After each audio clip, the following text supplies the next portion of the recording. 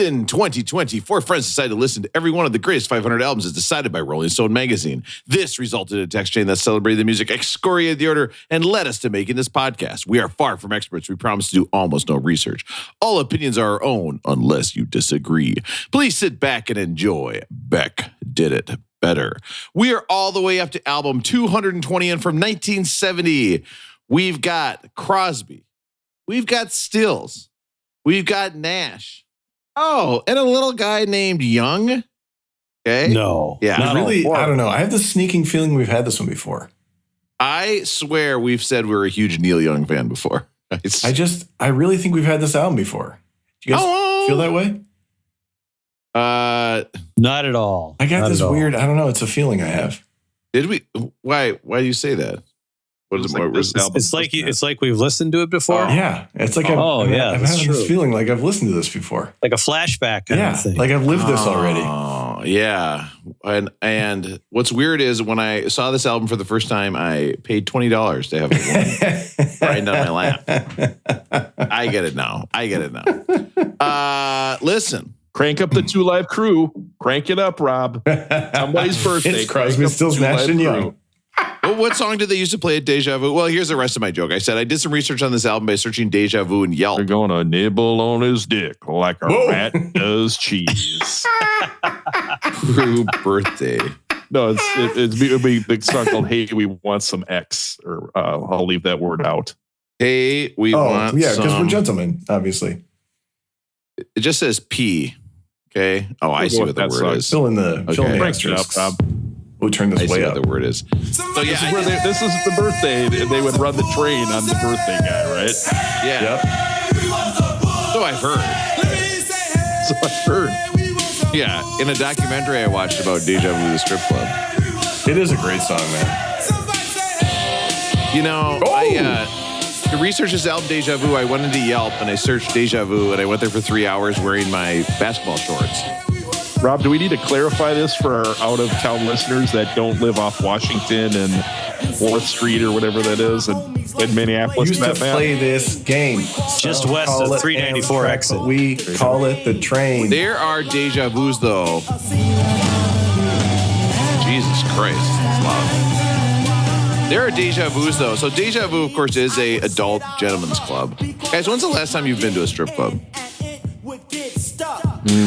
Probably 3 Okay, Aaron, you can go by hours. 10 years? 10 years? It is more than 17 years. I know that much. I actually went once, the upstairs roommate, when we first started dating. All right. I got to hear this. Okay. Yes. Well, the upstairs roommate, when we started dating, was asking me about strip clubs. I think she was trying to sound like cool and, I don't know what you call the right word. Exciting, or I don't know. But Little did she know she was talking to the mayor of Titty City. Titillating. She wanted to be titillating. We went to a gentleman's club, and then she was pissed because they did not have the tater tots she thought they were going to have. And so they did not have the tater tots. But the worst part was, at this one, there was like a gentleman who obviously must have worked there, and every few dancers he would walk out and just make it rain dollars all over the stage, all over. And the second or third time he did it, this is when I knew the roommate was at least a nice person. She was like down, picking up all the cash that landed on the floor and handing it to the dancers. I was like, you do not need to do this. This is not your responsibility. It feels like maybe that's her kink, though, right? Like maybe that's kind of like what she likes. Pretty perverted, Russell. Aaron, this is my upstairs roommate we're talking about. Does she have a cleanup kink, Russell? That's what's going on here. Hey, we better not go there. Okay. Feel real shame if someone spilled an espresso martini downstairs. You know what I mean? I bet it's been at least 10, 12 years. I think the last time I went was on some bachelor party. I think I got on a bus with you guys the last time I went. I think I went with the Pleasure Principle but I went to there's that one that's not the Deja Vu on Hennepin that was closer to Target Center where it was like the classy one. Oh, Aaron, that's my college roommate you were talking about. You know what I'm talking about, Russell? Are you talking about BJ's? No, it was like more. There's Rick's. There's Rick's that I was like. I feel like it wasn't like Skyway, a nude place. It's not it was Rick's. Like they tried to make it like a burlesque type spot. You know what I mean?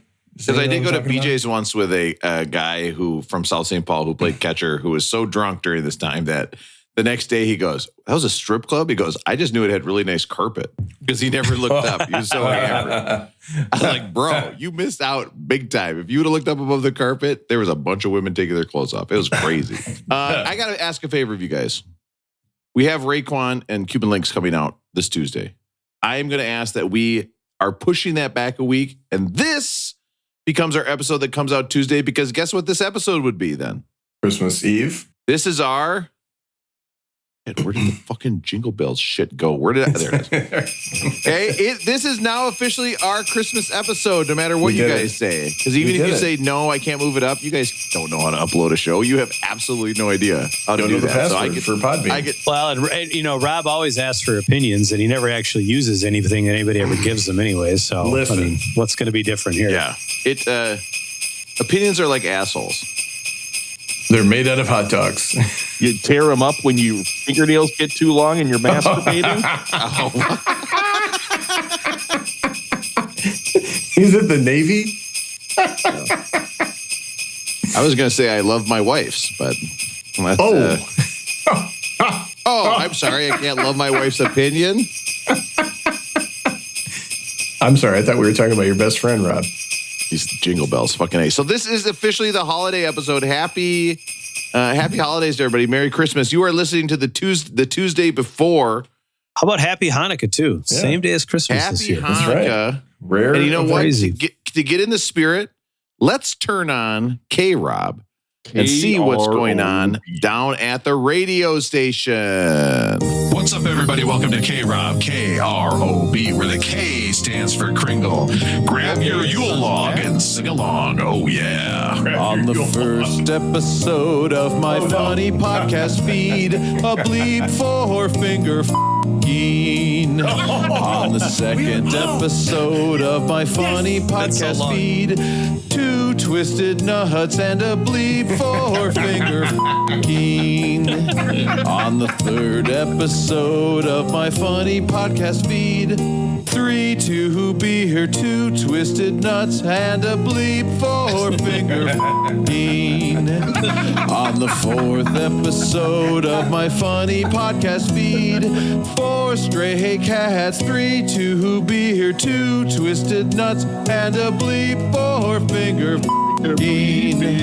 On the fifth episode of my funny podcast feed, 5 carat engagement rings, 4 stray cats, 3 2 beer, 2 twisted nuts, and a bleep for finger f***ing. On the sixth episode of my funny podcast feed, 6 beanbag chairs for Aaron, 5 carat engagement rings, 4 stray cats, 3 2 beer, 2 twisted nuts, and a bleep for finger fucking. On the 7th episode of my funny podcast feed, only 7 people listen, 6 beanbag chairs for air, 5 carat engagement rings, 4 stray cats, 3 2 beer, 2 twisted nuts, and a bleep for finger fucking. On the 8th episode of my funny podcast feed, 8 square donuts, only Magic Mike is listening, 6 beanbag chairs for Aaron, 5 carat engagement rings, 4 stray cats, 3 2 beer, 2 twisted nuts, and a bleep for finger fucking.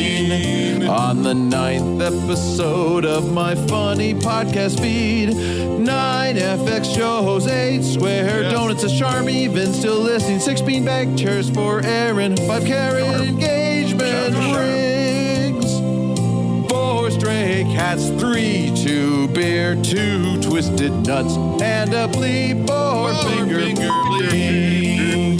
On the 10th episode of my funny podcast feed, 10 voicemails from Kirsten, 9 FX shows, 8 square donuts, guy in Chicago is listening, 6 beanbag chairs for Aaron, 5 carat engagement rings, 4 stray cats, cats, 3, 2 beer, 2 twisted nuts, and a bleep four-finger fiend. On the 11th episode of my funny podcast feed, 11 times I've said druthers, 10 voicemails from Kirsten, 9 FX shows, 8 square donuts, complimentary movie guys are listed, 6 beanbag chairs for Aaron, 5 carrot engagement rings, Big breath there. 4 stray cats, 3, 2 beer, 2 twisted nuts, and a bleep four-finger bleep. On the 12th episode of my funny podcast feed, 12 stone fruits eaten, 11 times I've said brothers, 10 voicemails from Sarah, 9 FX shows, 8 square donuts, little Moses should not be listening, 6 beanbag chairs for Aaron, 5 carrot engagement rings,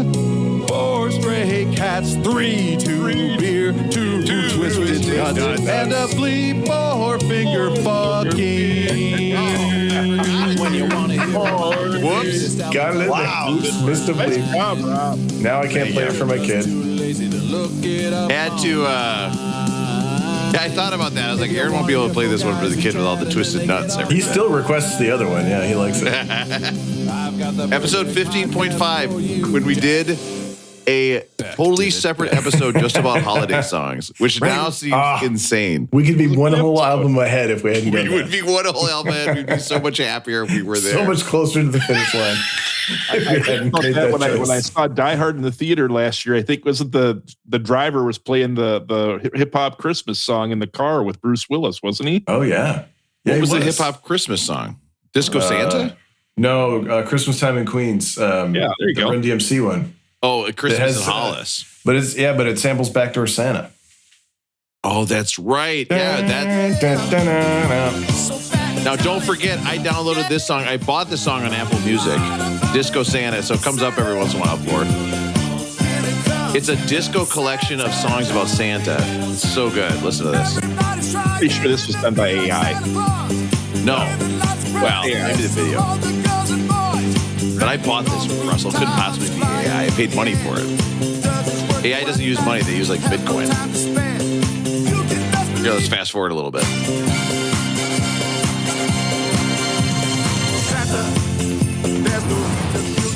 Is this good? Mm-mm. Of course, Backdoor Santa, one of our all-time favorites. Now listen.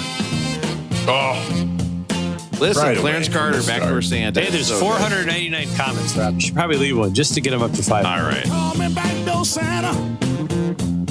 I don't get it. Could you at least say, I heard about this song from Beck Did It Better? Oh, yeah.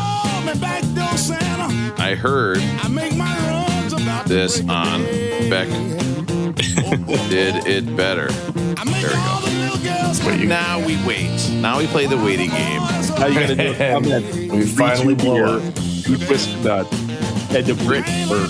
For anybody who's listening to the 1968 version of Backdoor Santa on YouTube, you've just walked into our web. Welcome. Okay? Welcome to the insane asylum. But seriously, it is very late here. Listen, I've got 4 guys here who like Santa because they're coming early this year. Oh, that's just the joke that Clarence Carter was making. You know, time is a flat circle. Okay, you can't. It's hard to invent anything new these days. I've got Russell in Minneapolis. Russell, how are you doing tonight? Rob, in Vegas, I'll have no other lovers in the city, so let me be your country man. Wow. I've got Matt in Minneapolis. Matt, how are you doing tonight? Good, Rob. As long as we're at the Christmas party here, you know, when you're talking about the podcast with your family, don't ever ask them why they don't listen. If they told you, you would probably cry. Wow. So just look at them and sigh and know that they love you. Wow. I did remind Jenny that her Christmas gift to me was listening to one episode, and she went, okay. So I might recommend her this one where we've talked about, it's our Christmas episode where we've also talked about strip clubs. And I've got Aaron out in California. Now, Aaron recently said his nickname at the North Pole is Comma because he had sex with Santa's wife and he separated the clauses. Oh. Aaron, how are you doing? I can only get a semicolon. I just need a little more time. Give me a second. I think we need like a graph of that joke, like a sentence diagram of that joke to go along with the writer for this episode. But you know what? just like last week or next week's Wu-Tang album was for the children, Beck Did It Better is for the children. So let's teach the children well and talk about Deja Vu. Although I still think we've done this album before. Crosby, Stills, Nash, and Young. Ampersand. Is there an ampersand or is it and? Is it spelled out? What are we working with I here? believe that's a great question. Ampersand. Stills, Nash, Young. Is there an ampersand there? Now, don't forget, if you ever wonder which one on the button is an ampersand, it's the one that looks like the guy is jerking it. Okay, don't forget. If you look close to that ampersand, it looks like a guy jerking it. Everybody's looking at their 7. They're like, yeah, it does look like that, doesn't it? With that little bit sticking ahead. My ampersand part is a little smaller than some of these other keyboards. Rob, that percentage sign in my mind is just pure filth. Don't even get me started about shift 8. Now we're just doing keyboard jokes. Okay? We've done it. We made it. Wow. We're the #1 keyboard joke podcast. I'll tell you that last joke was just like, oh God, my dad's mom used to swear all the time, and she was our dirty grammar. That's just what that last joke was. Listen. Rob, what is this symbol on the F5? Can you see that symbol on the F5? No, it's put Russell. Okay, no, you can't. Russell's holding up his whole keyboard. First of all, Russell's got like the keyboard with like the thing under to like support So his a professional wrist. keyboard. Very Russell's ergonomic. keyboard is so big. Russell's keyboard is like the size of an airplane. How big is it? Oh man, it's so big that it says Z1 and Z2. Oh. It's so big, it's got F keys on it. F keys. Listen, all these are F keys if you use them right. Okay. YOUPORN.com. Those are my F keys. Oh. Listen. There's got to be another big keyboard joke. Oh, you know how big the keyboard is? How big is it? Well, you can fit like 100 people in the space bar. It's up to capacity. Space bar, good. No atmosphere. Listen. Okay. You know what, guys? Let's go right to the voicemail today. Okay, let's listen to this voicemail. Hey, Beckline, this is me. This is a new caller. I love the show, but I got to tell you guys, I was really disappointed that nobody else talked about how they initiated oral sex on the show. I thought that was a good bit. Yeah, I think it's a good bit too. Oh yeah, I got all my friends over here. We all think it's a good bit. Hey, tell them that was a good bit. Maybe they should talk about it now. Yeah, I think you should talk about it now. How do you guys initiate oral sex? Probably no, you just announced it. But what about everybody else? I think that's that's a really good idea. Do it. What a great callers. Okay, that's unbelievable that this Was that Russ? Russ, I not couldn't Russ. tell. Was that not Russ? They didn't clarify if that was Russ or not. We should put that next to the Marv Albert voice. It seems like this is an official bit rollback where we're trying this bit again. Okay, does anybody want to make any new announcements on how they did it? Because I noticed you guys we glossed over that part in the last episode. Glossed over it again. Weird. Yeah. That's a no-go. Sort of strange. Can I show you guys what button I did find today? This is really helpful, by the way. It's time 4, 3, 2, 1. for another Beck Did It Better. Video breakdown. I finally found the button right when we don't need it today. Oh, are we Isn't doing a that video crazy? breakdown? No, we don't have a video breakdown. Instead, what we do have You don't want to watch Mariah we've Carey got just because? an air in and air out today. Christmas edition. We've got the holiday edition. Oh, We're going to be doing holidays. air in and air out about all 3 of you. Oh boy. Okay. I used my microwave on Wednesday this week. Wow. Because What'd you heat up? I made some ground beef with oyster sauce. And what else was in there? There was some oyster sauce and soy sauce on Monday night for dinner, and then white rice. Another edition of meal or prank. Okay, Aaron's going to say something. And we guess if it's a meal or a prank. It was so good, Okay. man. I'm going to say for sure that sounds like a prank to me. Oh, so 2 ingredients and a lie with Aaron. Which one did he not actually put into his into his meal? I actually want to dig into this a little bit. You made ground beef and you added oyster sauce, and then what? Soy sauce. And Okay, but and then you just ate it like out of the thing, like with a spoon or what? with white rice. With white rice. Oh, you know what? That does sound good, Aaron. I'm telling you, You man. always get me. That's Yeah, the thing. you're Is that like- you always get me at the end. Yes. You're like, wait a minute. Ground beef and white rice, that actually sounds delicious. Brussels sprouts alongside it. It was like a rice bowl kind of thing, like a 3-colored rice bowl. So you get white, brown, and green. Wait, where did the green rice come in again? Well, with the Brussels sprouts, you get white rice. Oh. Yeah, We beef, playing the Brussels game now, sprouts. or is this like a pre-talk on the game? This is a Sorry, I pre-talk on the game. interrupted. This is where Yeah, I'm I introducing apologize. myself to the this is the part where the game show host talks for about 10 minutes while the game music plays. Yeah, and I introduce myself to the players, not the other way around for sure. Aaron, I would take out the Brussels sprouts and I would replace it with gummy worms. The gummy worms. All right, I like so it. Okay, yeah, those are great. let's Yeah. do this for Air In and Air Out Holiday Edition. This question is for Russell and Matt. Russell and Matt, over under. Aaron spent $50 by now on his wife's Christmas present. Over under $50. For sure. Over. Okay. Aaron's not a dumb man. His wife is way cooler than he is. Is she older than you? By 1 year, yeah. Yeah, Wow. she's older. Yeah. Yeah, She does not like to be reminded needs of to that. spend. by He 1 year. needs to spend the money to keep her. That's right, man. Definitely spent way over there. I'll say yes with the caveat that I think he's done it in barter. I think there was some sort of trade involved for services. barter. It was not a cash payment. So we would have to. So if he did barter, we have to decide if whatever he's getting Yes. is worth $50 of fair trade-in market value. value is over. Yes. Okay. Well, that's With barter. 2.5 lap dances. Okay. So let's see what happened. Plus, without tip or tip? What's Well, no, you don't tip. That's The $20 is the tip. Right, there you go. The action is the juice. Aaron, have you spent right now speaking? Well, wait. What day does this come out? What's Tuesday? It's going to come out Tuesday. It's going to come out. She's going to listen on Tuesday, so I cannot reveal what the gift is. Okay.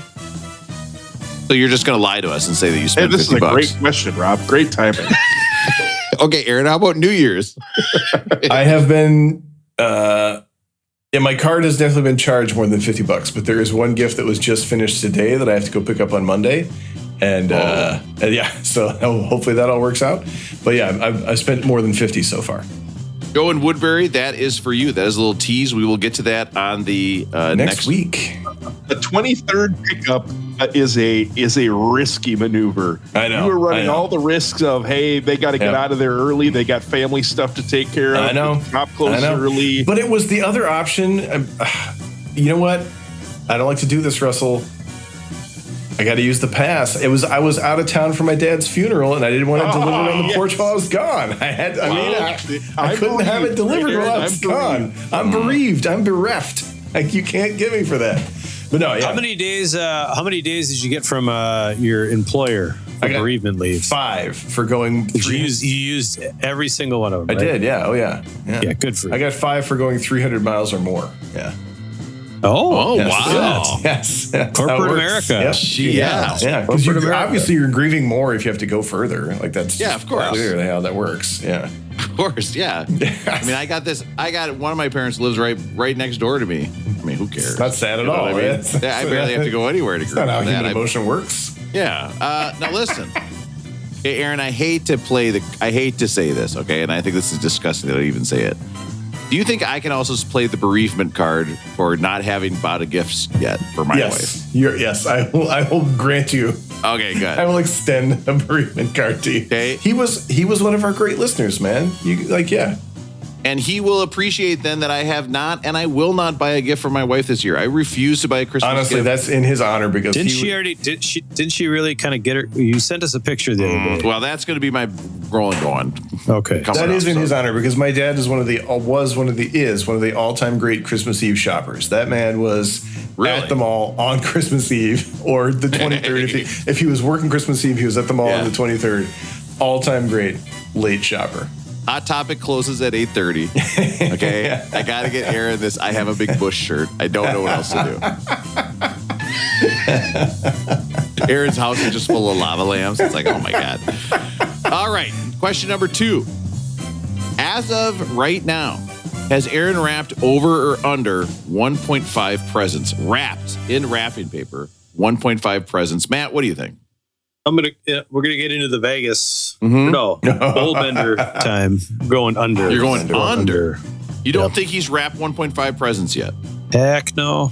Really? You think he's waiting? Wow. Russell, what do you think? Has he wrapped over 1.5 presents? Does putting something in a decorative bag with tissue paper in it count? Nope. That's not wrapping. No, I don't think so. I think you have to get out the tape. You have to make the scissors cut. No chance. I don't.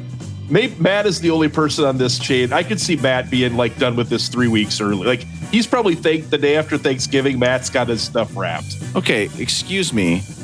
All of the presents in this household. Now, of course, we are going to Minnesota, so we have to have an early Christmas. But all the presents in this household got wrapped today by Nicole while I was sitting next to her playing video games. Okay? And I chatted with her for a bit until I went and wrote that podcast song, which was actually more embarrassing to do in front of a stranger. Can I ask a question? Yes. Can I ask a question? Yes. For a friend. How much would that cost to have somebody else wrap all I was thinking of that when I was sitting next to her, and I was like, I don't care. Whatever it costs, it is well worth it.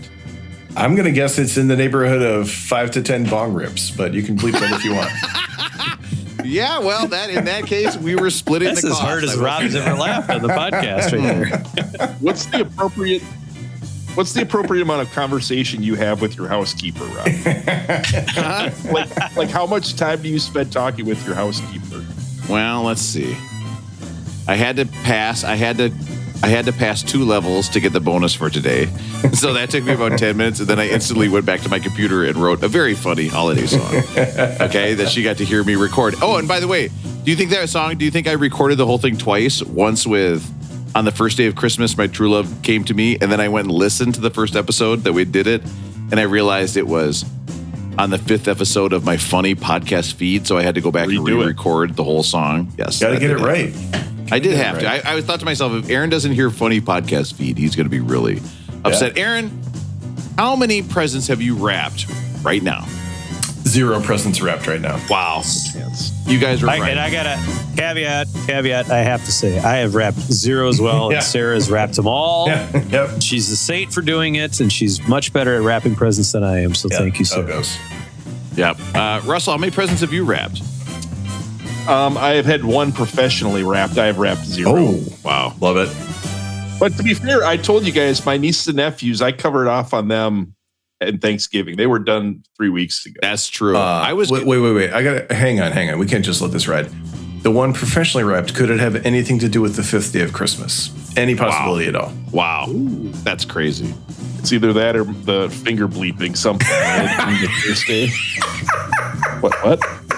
You gotta bleep all that out. When I asked if you had wrapped presents, all you held up was that Magnum condom wrapper. It's open down in your basement. So that's so weird. I just keep it wrapped all the time. Typically, it's wrapped. Just hire a professional to come over to fill that thing up. It's wrapped all the time. Oh, Christmas morning, you're like, wait. Don't go out there yet. I gotta do something first. And he's like, lying down by the tree. Okay, never mind. Okay, I'm picturing Russell on his side, putting his cock in a condom under the tree, okay? If I got the Magnum wrapper, I would have to open it and then immediately go sit in the corner of the room to get in my cuck position to watch someone else use it. That, you know what? That would be the ultimate cuck move if they made you open the condom. The worst part. Yeah. You know what I mean? Like the worst part of the whole experience. Hey, can you open this for me? Be like, I guess. I don't know how. Like, you're ripping it. Hey, are you using the scissors over there? Don't use the scissors. I'll use your. Now, next up. As of this point, right now, how many blanks of the month do you think Aaron is enrolled in? How many blanks of the month is Aaron enrolled in? We've got a veggie box. We've got the tequila of the month. How many do you think? Matt, what do you think right now? Is this like a deal of the month, though, too? Like, he gets anything that is delivered monthly. Get 5 taco. Oh, delivered to the house. Yes, okay. Monthly. I'm going to go with, I want to say 3, but I'm going to go with 2. All right. Russell, what do you think? I'll go 5. 5? I'm going to say 4. I'll go right in there. Aaron, what do you think? Or what is the answer, Aaron? I'm sorry. I think the answer is only 1 right now. I have a coffee subscription right now. I think that's all I got at the moment. What happened to the tequila of the month? That's quarterly. The Agave Club is quarterly, and I have to go pick that one up. Now, Aaron. I mean, that's... What about your... Are we even going to get into the vermouth right now? Should we even talk about the vermouth? Is this what we're talking about right now? We can't because I have to go pick it. I haven't picked it up yet. Carl is Aaron, he sent you that text days ago. What are you doing? I know, he's gone by the 27th. He asked people to come get it out of his house. Please, he was begging. We saw the text. The man I paid him, but I have not gone to pick it up yet. I got to get there this weekend. I know. Wow. I'm a little sad. I'm disappointed with myself as well. But I had a day, man. Uncouth. I had a day. About that vermouth. Next up, 4th out of 5 questions. Russell, this is about Matt. How many inflatables does Matt currently own and are up outside of his house right now? How many that are up and inflated? How many are up and inflated outside of his house right now? I'll say 16. Okay, Aaron, what do you think? Up and inflated, I'm going to go 21. I'll say 23. Matt, what is the correct answer for inflatables? The correct answer is only 14 right now. Oh, my It's God. only 14. Oh, I've got all. the big 16-foot snowman. I shut it down. Too windy. I'm not dealing with this year. Oh, wow. We're pulling it out. Wow. The Santa in the VW van with the reindeer sticking out the back. Yeah. Big rip in it. They built it wrong. They didn't build it where you could put like the stakes in the ground. It's only the ties on the top that hold it down. So one of the ties ripped open. And then I've got I didn't put my Spider-Man hanging from the gutters up this year. Haven't done that yet. Wow. And then I've got two. The Grandpa Al, Sarah's stepdad, he's actually repaired 4 for me this year, but I got 2 that are sitting in the back garage. He fixed the power sources for those ones. So, and then I've got a squirrel that I bought that I got to go put out in my dad's yard because he hates squirrels. And we found $11 squirrel blow up. Wow. The boys and I said we got to go put a squirrel in his bushes as a blow up, and we'll see how that goes. Now, are you going to bring your own extension cord for that, or are you going to go into his garage and use one of his own extension cords for the thing? Probably we'll just go steal one of his. I think that's a good way to do it. Okay, final question. Okay, I'll leave this up for everybody. I'll even let Russell answer. This is about Russell. Russell, is your Christmas tree too short compared to your large TV? Okay, now for some reason I have heard some information that there might be a Christmas tree that's too short compared to a TV. Russell, Aaron, what do you think? Is that true or false? How that would he know Russell's that? Christmas Aaron, tree how would he know that? is too short compared to this large TV? You know Rob, what? we might want to go right into rolling going. Christmas tree. Great segue. Let's talk about Christmas trees. Aaron, is it too short, do you think? No, Russell is an impeccable interior designer. I trust his choices. The tree is just right.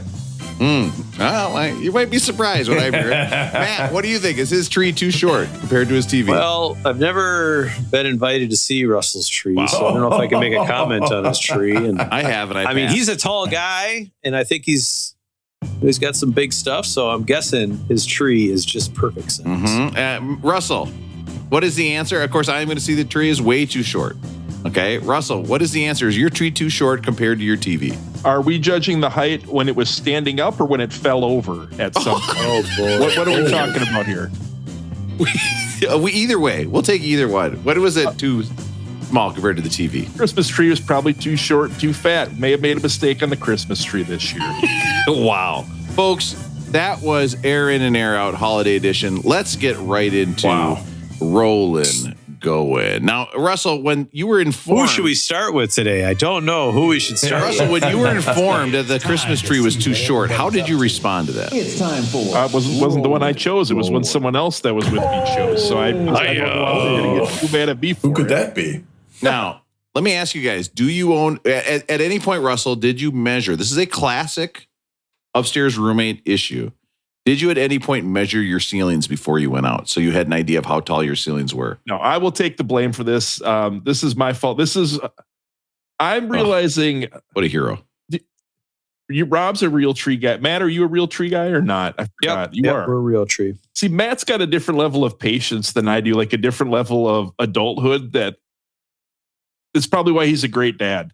I just do not have the patience for like doing the... I think this is my last year of the live tree. And can I share with you guys my story of the live tree this year? Please. Now, of course, my favorite live tree is the Dolphins' Lament.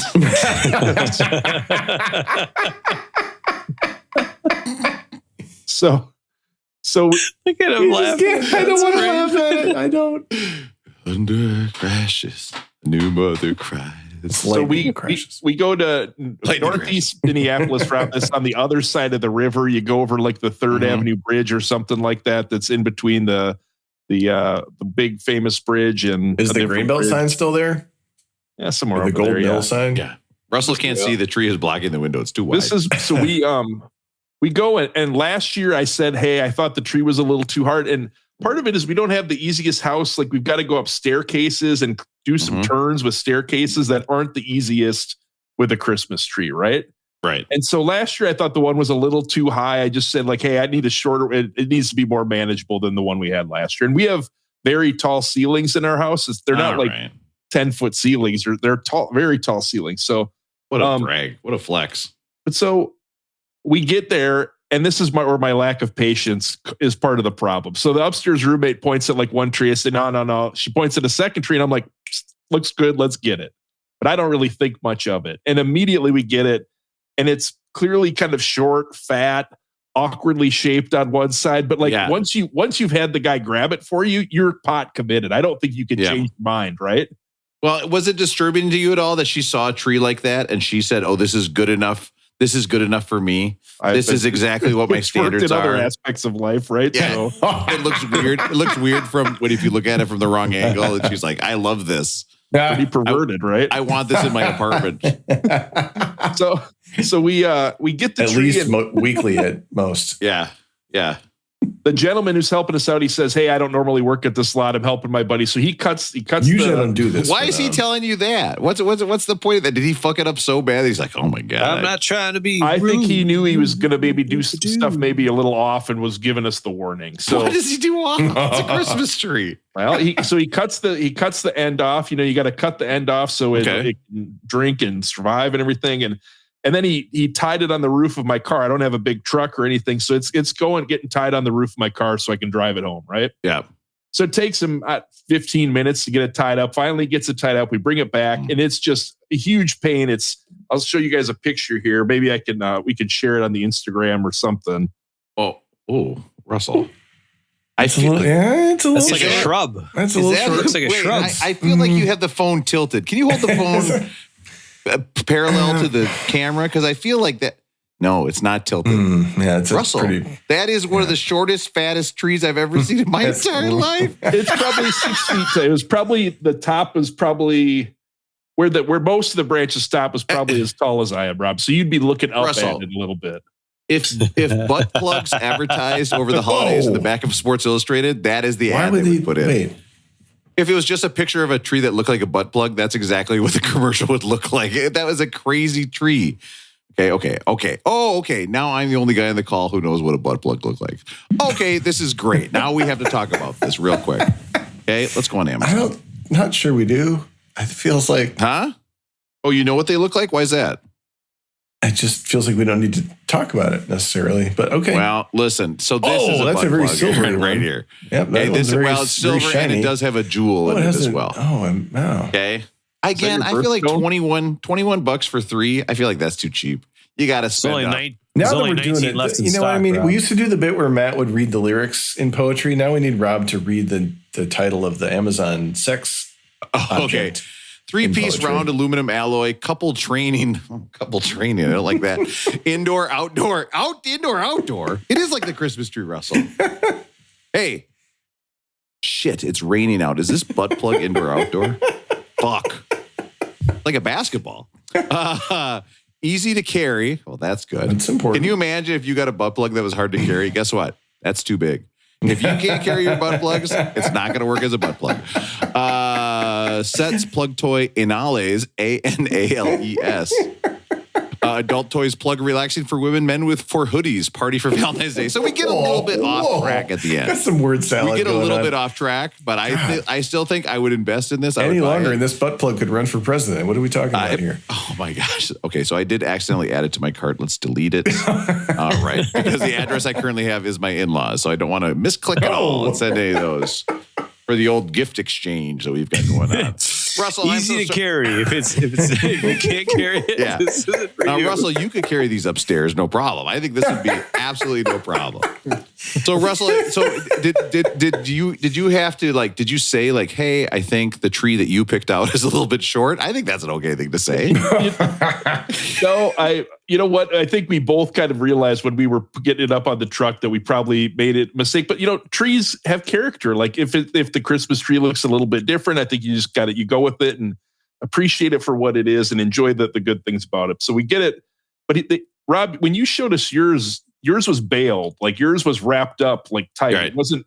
The branches weren't all. So the guy didn't No. bail ours either. So there was no netting around it to hold it in place. So No. That's what I was going to ask, because that's pretty key if you're going to be going around corners Just and out there. upstairs and stuff. So For I sure. had to get like that through the rails of our outdoor steps. So I'm carrying that big tree, and like the branches are, getting hit by the steps or the Mhm. sides of the walls and everything. It was really brutal to get in. And you kind of think about taking the Christmas tree into your house like reverse bug plug.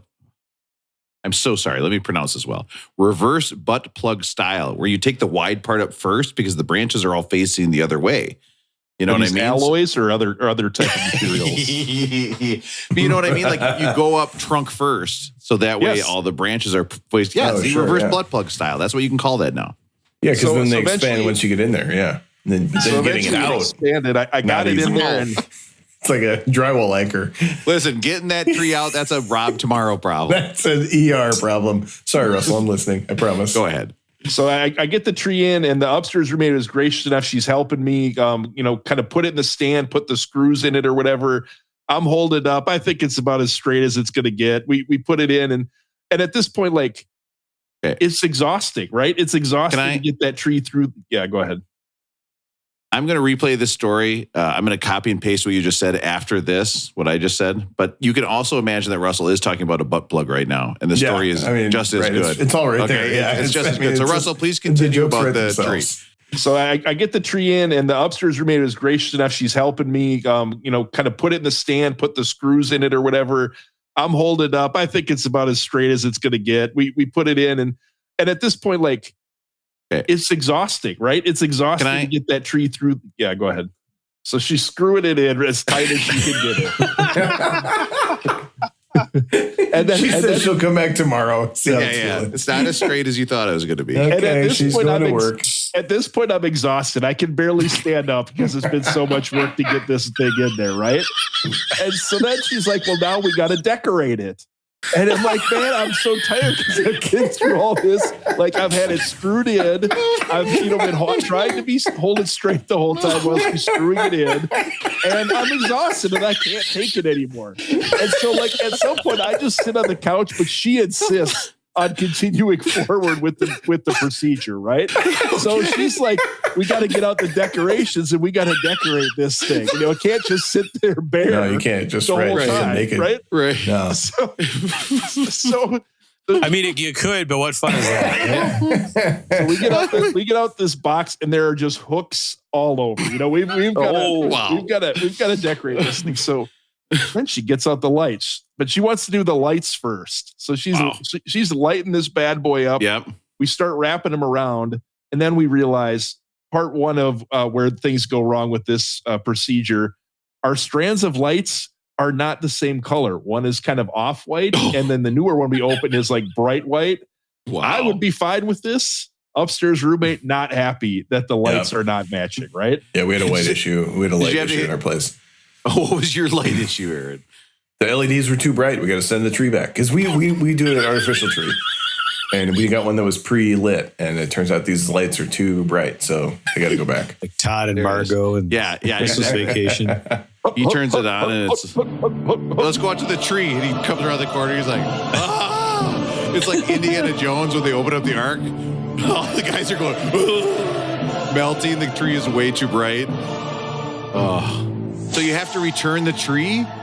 You guys are having tree troubles. We got tree troubles, Returning man. it. So Yeah. are you returning it post holidays, or are you going to put up with the At bright this point, tree for the I holidays? think at this point, because actually we bought the next tree, but that's been in the garage, and now it's December 20th. We're not going to switch out tree. You can't like change horses midstream or say whoa in a mud hole or whatever it is. So we got to push through. We'll do the new tree next year. And now that you think about Christmas trees as being butt plugs, I mean, this whole endeavor. every Christmas tree looks like it. So at least this holiday episode has done exactly what I expected on this podcast. It has cemented that image in my mind forever.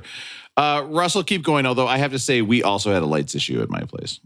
So we eventually get the lights up, and it's clear like we also have a different level of how do the lights need to be wrapped around. Like I'm just like, oh, just crisscross that shit around there. Like you don't need to do the backside of the tree, but like They had to go around, and I knew like when I was putting them up, they were not even and they were out of place and there were bare spots. I'm just not good at that stuff. So eventually we get them up, and at this point I'm just exhausted. So I'm sitting down and essentially just holding a box of ornaments and letting her pick out. I'm handing her, let's put this one, put this one. So we start. She's doing a great job. You guys are so domesticated. Yeah, we're doing a great job. We're getting it all decorated. And then I'm accused of losing this upstairs roommate's ornaments. Her ornaments supposedly are not in the box. There are certain ornaments that she had gotten and she accused me. She says, were they wrapped in a garbage bag? Oh no! Did she pack them away in a garbage bag? I mean, Stan, why do you got to put them in a garbage bag? They can put them in plenty of other items. It's been done before. Wow. So she's not happy. At one point, accuses me. She goes, I specifically remember last year you saying we weren't going to put our ornaments in the same box. You were just going to keep yours separate. And I go, I don't remember doing that at all. Oh, yes. And about 10, 15 minutes later, her ornaments showed up. They were sitting right there in a little felt bag that was sitting right by all the other stuff. So, but she did a great job. She made sure to get my Ric Flair ornament up. She did the ones that she knew were important to me that my nieces and nephews gave me and everything. So we get it up. The tree's working. I get the next night, I get the tree topper, the disco ball tree topper. So the disco ball lights are going off in the room. It's great. Disco ball is up there. And then I go on a trip. I went to Arizona for a day. It's like 4:00 and I get a call from the upstairs roommate in tears. The Christmas tree has tipped over and is fallen over. The ornaments have shattered and it is laying on the ground and there is water all over the living room. Wow. And earlier in the day, she had said it doesn't look straight. It looks like it was tilted, but I wasn't there. What am I supposed to do? Right? No. Russell, did you tell her, listen, I'm smoking cigars with all the guys right now. I simply don't have time for this. Okay, deal with it yourself. What did you say, Russell? What could you possibly say over the phone? I said I've got my own problem with this butt plug right now, so you're going to need to focus on it. I've got your ornaments. I went into manager mode, Rob. I just said, throw a towel down, put some shoes on so you don't step on any glass, throw a towel, we can keep the water up, and I'll deal with it when we get back tomorrow. That's all you got to do. That sounds like the third date I had with my wife. She wasn't happy about it. She was saying she was going to have to call her dad to come up and help her with it. I said, not necessary. Throw some towels down, shoes on so you don't step on anything, and we're good to go. We'll make it work, right? Now, is it true that you bought your Christmas tree at the Tumbleweed Depot and they tricked you? It was actually a tumbleweed that's made to tumble across your room like that. Is that a mistake that you could have possibly made? Turns out. So eventually I get back later that night and she has done a great job. She's already cleaned up a bunch of the glass, mopped up a lot of the water, and the tree is now leaning into the corner of the room. It's leaned up against the wall at this point, right? Wow. And one of the ornaments that broken, we got a leg lamp ornament when we were in Cleveland from the Christmas story house. For the museum. I remember Destroyed. No. A couple other ornaments destroyed. But it fits with the story. I mean, that is so sad. Russell. She was very jealous of that ornament, anyways. It was fragile, right, Matt? Yeah, it broke. Very Italian. So then we get back, and she's done a great job cleaning it up. But then we either got to decide we're either just tossing the whole thing, getting it out of the house, or we got to try to stand it back up and screw it back in. So we're going with we're going to try to stand it back up. Right? It's the tree is not lost. So she holds it up. I get down on the ground and we start cranking the screws in. Eventually we get it back up. It's up and going. The tree is going. The tree is live. It looks good. It's got the disco ball. We're happy. But I believe this is the last year I will ever deal with a live tree. It's not worth the hassle for me. Russell, can I tell you right now, one thing I did when I was first married, I bought a base for the Christmas tree that cost like $200. It was so obscenely expensive. As a base, it was crazy, but you know what it has? What's that? It's just got a circle of wires and one thing you step on. So you put the Christmas tree in there, you step on this thing, it tightens the wires. So no matter what your Christmas tree base is, it tightens in 5 seconds. You don't have to screw any screws. There's no balancing. Does this look good? I highly recommend investing in a very nice Christmas base, a flared base, if you will. Matt, do you have a flared base? No, I didn't grow up at the With the milkman. posh We didn't, Tony, yeah. with the milkman on the golf course. No, Didn't have a sailboat. There's a picture of the tree after it fell. It was leaning up against the wall. Oh, it does Yeah, look sad. that's- that looks That's sad. a sad state of affairs, Russell. Yeah. Every time I see that tree, I do have to think it is quite short. Yeah. Was that your rolling Oh, going, tree. Russell, or did we trick you into that rolling going? No, that's a great rolling going. That we're talking holiday spirit. I think I'm a fake tree guy going forward. Rolling going, Aaron. How's it going with you? It's going good. I mean, it's the holiday season. Couple things I can't really get enough of right now. During the holiday season, one of them, of course, is eggnog. I'm drinking as much eggnog as I can, although I haven't had, gosh, I don't know if I've had one today. I'm definitely firmly in the cognac is the best spirit for eggnog. I have tried. Wow. Russell, I know what you think about this. I have tried Reposado tequila in an eggnog. I do like that.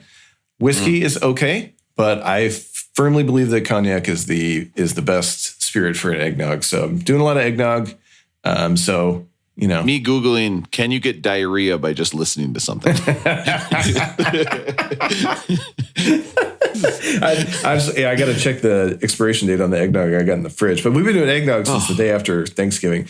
That's another one. Actually, my dad was a huge eggnog fan. He did not put spirits in his eggnog. Hello. Loved eggnog so much that we've actually eggnog, reminds me I need to memorialize his Instagram account. But he posted an Instagram photo that we were all enjoying one year in July when Hy-Vee grocery store did like an eggnog sale in July, and he bought a whole bunch of cartons and put them in the freezer so he could have eggnog year round. Jesus Christ. The man loved weird. eggnog. Right? Listen, I hate this is exactly the wrong time to say this, but that's fucked. You know what I mean? Like, you shouldn't be buying eggnog in July. You He shouldn't loved be it. I freezing know, it. it's so weird, right? He loved it. You have to drink with a ladle. No chance. So, you know, I'm drinking the eggnog when I can. The other thing I'm really enjoying, and I realized actually this is not so seasonal because I realized it during the Olympics, and maybe I mentioned this, maybe I didn't. I fucking love chalk, man. I was a liquid chalk guy for a while, and that was fine. Like liquid chalk actually very. Hits a button, Rob. You know what I mean? Hits a button. I don't know what he's. I mean, the thing is I do know I what don't he's either. talking about. I know Chalk? No. Rob, you're a weightlifter. I'm not lifting weight. I'm not moving weight like Rob is, right? But I'm in my garage working out. And so I did liquid chalk for a while, the spider chalk, which was fine because it's like a cool chemical compound and it makes your I thought hands you were eating sticky. something. Did you guys think he was ingesting No, when he was talking okay. about chalk? I don't know what was going on. I thought maybe he was talking about Chuck. Like he was like talking about different kinds of beef. I didn't know what was I'm going just on. doing stream of consciousness, things I really like right now. And I switched Don't ever stop. from liquid chalk to powdered chalk.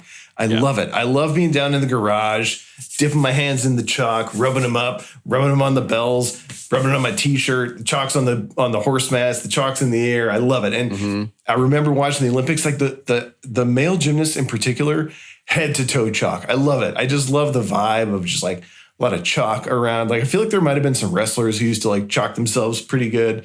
I don't know. I'm really into it. I like the Now, chalk vibes. When you first put it on, are you doing the KG, making the big, is that KG or LeBron, where you're making the big? LeBron, yeah. No, I don't do it up that big. I like to just do like one big clap and watch the cloud go out in front of me. I don't want to like steal somebody's thing, but I like to rub it together and do one big clap. Can you guys imagine getting a hand job from somebody who's just at the gym and their hands are covered in chalk? Wouldn't that be crazy? That'd be a bit rough. Yeah. That's the whole thing with chalk, is it's supposed to dry your hands out and increase the friction. The grip will never slip. And then the other thing, and I just looked this up because I thought that I was going to ask you guys what your favorite recent holiday songs are, like fresh modern Christmas albums. And the album that's been on repeat for me is the Sia album, Every Day is Christmas. I cannot get enough of this thing. It's got Candy Cane Lane and Snowman and the Ho Ho Ho and a Bottle of Rum. Absolutely love this album. It's from 2017. I thought it was new, but it's already Really 8 years old. But what's the best song off this album? Snowman. I just love it. Yes. This is a Sia Christmas album. If you are listening to this on Tuesday, put this on right now. Yes. Every Day is Christmas is the album. Yeah. Wow. You guys have any like more recent recordings of either new Christmas stuff or classics. I thought this was like in the last 2 years. It turns out it's from 2017. But what are you guys listening to for Christmas music this year? I'm mostly traditional stuff, but the one that I came across a few weeks ago, guys, we were talking about the best bands from Portland. And one that we didn't talk about is this group, She and Him, with Zoe Deschanel. Yes. You guys know this one? Absolutely, yeah. But I came across some Christmas songs with maybe I'll Be Home for Christmas by She and Him. And I thought they were very good. She famously sang in Elf, right? She was her and She famously sang this scene. song in the closing credits of New Girl. I was going to say, I knew Aaron was going to bring a New Girl. This is the one I thought was pretty good. It's beautiful. You're 100% right, Russell. Wow. Matt, what modern, totally normal question, what modern... Or not. What are you vibing to for Christmas tunes? I always just put on whatever's on. Like, we'll just say Alexa play Christmas music, right? Or just put on Cool 108 here in the Twin Cities. It's Christmas. Or I will just put on the Ronettes and just listen to the Ronettes Christmas album, which is about as classic as it comes. We were doing a charcuterie board night the other night, and we did put on the... with or without carrots? No carrots this time. Okay, good. Wow. But we did put on the Phil Spector album, and that is just dynamite good. Mm-hmm. Right? All killer, no filler. Whoops. All I want for Christmas is a gun. Okay. This is, of course, we're going back to it, the best Christmas song. Put this Has anyone on right responded now. to our comments on the Back to the Better on this one or not? Oh, yeah. Well, let's there's see what the 501 comments say. now. Oh, I heard this on Back to the Bear. Oh, my God. 43 minutes ago. That's impressive. Rob, give it a thumbs up. Give it a thumbs up. Okay, I'm going to hit that. I'm going to hit that with a thumbs up. There we go. What is the third? Look at the third comment down. What does it say? Shared this to Facebook, and now I'm in jail for 2 days. All right. So that's it. That's how it's going. How's the rolling going with Matt? Good. We're going a little long here, so I'll try to keep it short. It is getting long. I'm gonna. Russell flinched when you said you're going to keep it short. He had to flashback to his Christmas. Let's just put on something by the Ronettes. It's Christmas. So I had a couple of songs. Put on some Ronettes Christmas. Do the final song with just Phil Spector wishing us a very No. Merry Please don't. I'm just going to cross some things off the list here. Russell, Lost. Does Lost hold up as like one of the greatest? I know we've talked about it before, but you never hear of anybody having it on their like top TV shows of all times or anything like that. Does it hold up? It's on Netflix. I think people have a thing against network shows, right, Matt? People call prestige TV. It's the FX, it's the AMC, it's HBO. People don't like giving credit to network shows like The West Wing or to Lost. I think Lost holds up. It had some bad stretch in season 2, and people didn't like the ending because it could never live up to such a cool story. Yeah. But that show holds up. It is fantastic. I've rewatched that one with the upstairs roommate and thoroughly enjoyed it. I will say this. Don't you think Lost is one of the first shows that was too big to end? You know what I mean? Like, it's the first time, we've seen it now a lot of times, but where you have a great television show and they just, I hate to bring up the Big Bopper on the holidays like this, but they just can't land the plane. You know what I mean? They cannot finish the job. Don't you think, Russell, that's what's going on with Lost? I think, Game of Thrones suffered from the same thing. And it taints the whole rest of the show going back. I haven't seen Yellowstone. It sounds like Yellowstone's not landing. Yes, I've seen it. We just finished it. We finally got through it, and there's part of it, like this Yellowstone, for those who watch it, the scenes where they're just showing cowboy shit are amazing. All the other scenes where they get into all this drama and stuff, it's like I could do with all that stuff. But I think the other thing with Lost that's tough, Matt, that's like a 26 episode season for a lot of those seasons. And because those network seasons are way longer than like a 10 season or 13 on Max or 8 AMC. So I think that's what hurts Lost. It gets a little long, and any show where they get into like the side characters too much, that always kind of ruins it for people, right? Gotcha. Okay. Next on the list, I gotta add something to the top of my list now that I have no idea. I do not remember why this is on the list. Is this flashlight from Mincy's? Yeah. Yeah, that's up there still. Photos of feet. I'm the creeper Rodriguez. 4, 8, 15, 62, 23, 42. Yeah, that's 4, 8, 15, 16, 23, 42. So good. 4, 8, 15, 16, 23. Oh, sorry.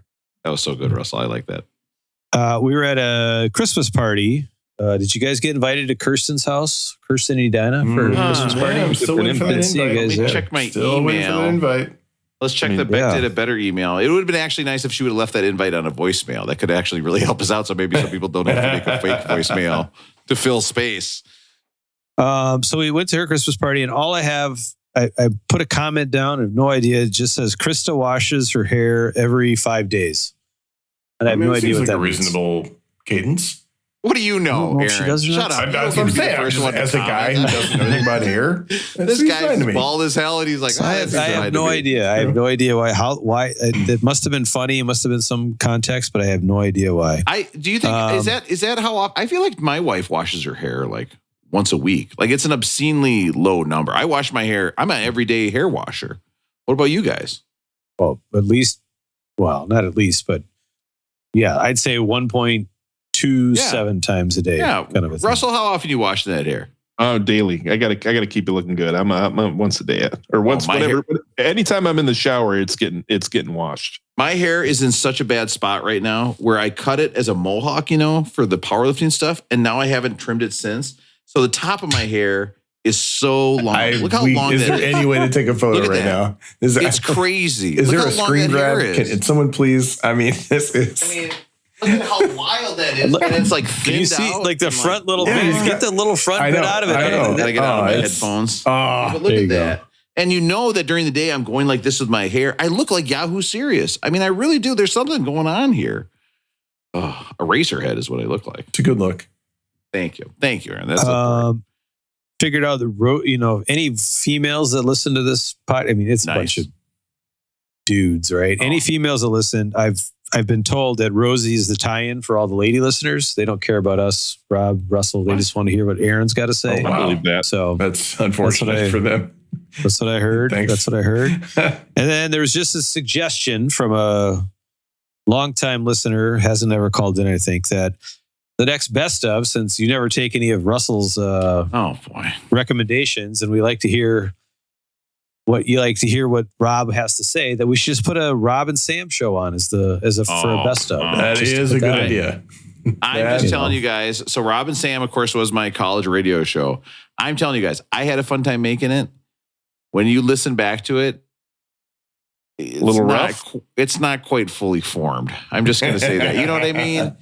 It's like when you. But it's like, is the Rainbow Warrior calling in? Not the Is way that- Shelley calling? I mean, is there all the stuff that all these people have a little nostalgia that just want to hear it? You know what it reminds me of is this craze right now, or for the last 3 years, where Is Paul Miller calling in? See, not as much as you think. It's a lot. It's not as much as you think. They're not calling in. You're remembering the highlights. You know what I mean?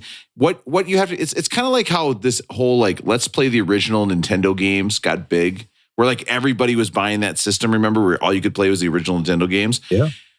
And then you play them for a while and you realize, oh, a lot of these games suck balls. Okay. They weren't very good. Things are way better right now. Why did I buy this? That's exactly what's going on with the Rob and Sam show tapes. I appreciate it. Maybe I'll find some highlights or whatever, but you do not want to listen to it. Now, have I thought about posting it as a separate podcast? Just the straight tapes, just as like a piece of history. Put them Maybe on I'll do that. YouTube, or just put them on YouTube. Yeah, the problem is they're playing full songs. I don't want to get copyright. I care very much about the law, so I don't want to deal with that. But I get it. That's all I had. Rob, rolling going. How's it going? well, let's listen to this real for quick. giving me the opportunity to relate my feelings of Christmas. This through the is music the that I true love. holiday spirit. Bill At this Spector moment, wishing I us am very proud of all the artists. Merry Christmas. And on behalf of all of them, the It's a good Crystals, Christmas. the Ronettes, You can picture him waving this gun around as he Bobby records Saxon, it. the Blue Jeans. I don't want to interrupt, but it's ironic, or I don't know what it is. May we The wish you book that I'm the currently merriest of reading Christmases / using as my microphone and stand happiest tonight of is years. called Thank you Monsters so very by much. Claire Dederer, which is about this very This topic. Christmas with you. A fan's dilemma. Should we enjoy the art of people who turn out to be monsters? I don't actually think she mentions Phil Spector. Wow. That's so sad that there's so many she doesn't have to mention. I brought this home from the library after my dad died, and Anna was like, "Don't you want something lighter? Like, what the fuck is wrong with you? Why are you reading this book?" I was like, "It was on my list. I thought it would be a good book." Yeah. Listen, I love Gary Glitter songs. I don't know what to do. I need to figure this out. Okay, hockey games haven't been the same. All right. Listen, rolling going. We've got tree problems over here like crazy. We are back to tree problems. All right. Number one, I go to the tree place to get a tree. I know I have like 8-foot ceilings, right? Because I can jump and touch my ceilings. So I do not. We've seen the video. That might be several years old, though. I have sent you a video of me touching the ceiling. Nah, we need to do it again. Those are 8-foot ceilings, 9-foot max. Okay, maybe 9.5 if I really got my vertical on. I don't know. But I know I can't touch a 10-foot, or I'd be just out touching a rim all the time. That's all I would do. Do you know what that would do to middle school boys if I showed them me touching a rim? It would blow their minds. I can't do it. I go to the Christmas tree place. I said, I need an 8-foot tree. He shows me a tree that I swear to God was no taller than me. I mean it this time. This tree, I know I'm a bad judge of it. This tree was not taller than me. 5'6", 5'7". So I said, no, 5'10" and a half to 5'11" and a half. Rob, Crocs on or Crocs off? You know I had my Crocs on. Getting a Christmas tree. Oh, yeah. For sure. It's a Saturday in New York. I'm wearing the Crocs. We took the kid to go get a bagel beforehand. Then we went and got a Christmas tree. So then I'm looking. You go thick schmear, like full schmear, or a thin schmear? What do you do for a thick schmear? Okay. And if you think I'm buying the rainbow bagels that are, if you think I'm buying the rainbow bagels that are brightly colored, all I could look at when I saw they had these bright like unicorn bagels, purple, yellow, red. All I could think about was a dump after that, like what that would look like after you eat one of those bagels. And I was like, feels like you should try it. I can't do it, but I also want to do it really bad. Like I want to see what that would be like. It's like when you mushed all the Play-Doh. You know when you okay. I don't want to get graphic about this on our holiday episode, but you know when you had Play-Doh and by the end they just were all mixed into one, all the colors were mixed into one thing? I think that's what your poop would look like after you ate one of those bagels. We got to move it along. I can't do this. Now, the tree, the guy, so I ends up buying a 10-foot tree. First of all, I told the guy, I said, there's no way this is 10 foot. But of course, he did leave the top spike very, very long. You saw the tree. Okay. $270 in New York City to buy a 10-foot tree. And when I ask other people that I work with, they're like, yep, that sounds about right. I paid $290 down in Brooklyn. I paid $250. I mean, it was the tree prices totally insane. Then, of course, I do take it home to the subway. Now, are all the escalators down broken? Yes. So I have to take the tree down the stairs with my kid, bring it home, set it up in my deluxe tree stand. No problem. Take out the lights.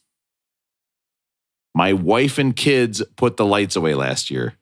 Okay. Do you think the lights were rolled around the winding thing that comes with the lights that were stored in? Was it roped or was it just grouped together in a big pile? Just bunch in a big pile. Yeah, just thrown together. We started the Christmas season by me yelling at my family about how they need to organize the lights better. Hold on. Why didn't you take the lights off last year? I think I was too busy. Okay. I think I was doing stuff. Playing video games. Ordering the housekeeper around that you call her Fred to try to make it seem less awkward. Editing a podcast. Jenny said Nicole did put away the lights. Jenny threw Nicole under the bus almost immediately, which was disgusting. Wait, you guys make your housekeeper undecorate your tree? I don't, maybe undecorate. I don't think we've made her decorate. That's sick. What?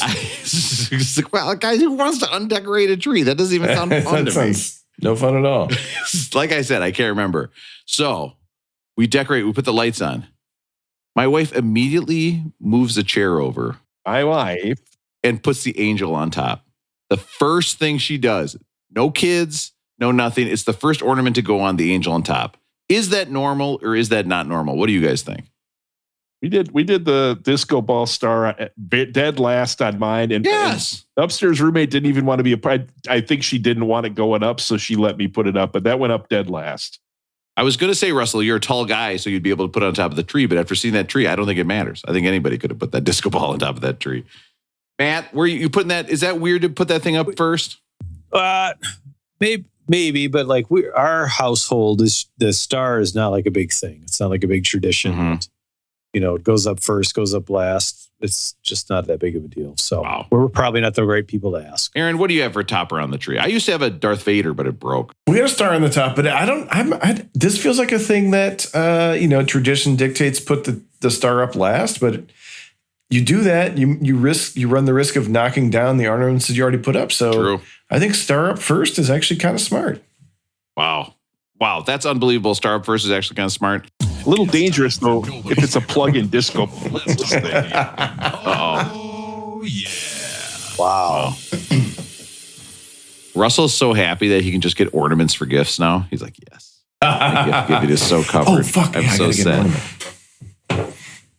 ornament. And wrap it, Aaron. Now listen, we are talking about... Is this a music podcast, Are we Aaron? talking about some music? We are talking about Deja Vu, Oh. okay, by album. Crosby. A rock and roll album. We are, of course, talking about Deja Vu. Why would I not go to the beginning? Put my dick in and it This is would too get far. stuck. We're talking about Deja Vu by Crosby, Stills, Nash and I did Young. not know that I knew all the lyrics to this song. I mean, Is this the guy with the big mustache? it's kind of unfortunate that we can't play this song next week because I do think next week's album is really indebted to Public Enemy, Two Live Crew, bands like that. Raekwon? Wow. Oh, That's in 2 Aaron. weeks. Oh my God, I'm all out of order. What a great connection. This is the first album that Crosby, Stills, Nash made with Young, okay? And it still remains the highest selling album by any of the artists, together or separately. So that's a great trivia Wow. question. What is Neil Young's greatest selling album? Deja Vu is it. Steven Stills. So we've already covered their first album, right? Steven Stills basically said this whole album is just what a disaster looks like on recording. Steven Stills says this album took 800 hours of studio time. Okay. And he may be exaggerating, but basically they all came in and did like individual tracks and were like going Steely Dan on it. They really You can hear it. It's like the White Album. There's no through line to this album. It's crazy. Basically, they said the first album was like this. They had just moved out to California, it's like this joyous album. And they said the second album, it's the lowest of the lows. Nash had just broken up with Joni Mitchell, even though there's a Joni Mitchell song on this album. Steven Stills had broken up with Judy, of course, what is the song Judy Blue Eyes is about. I hate And that David song. Crosby's girlfriend, Christine Hinton, had just passed away from a car accident like the day after they moved to San Francisco. So he's heartbroken. Okay. And Neil Young is probably like, oh, these guys are kind of a bummer. And so, but he only recorded in California and would send his parts separately. So it was like this whole thing. And basically they were fighting so much that they would go in and delete each other's vocals without talking to each other and like fill it in with different vocals, and they would argue about whose vocals.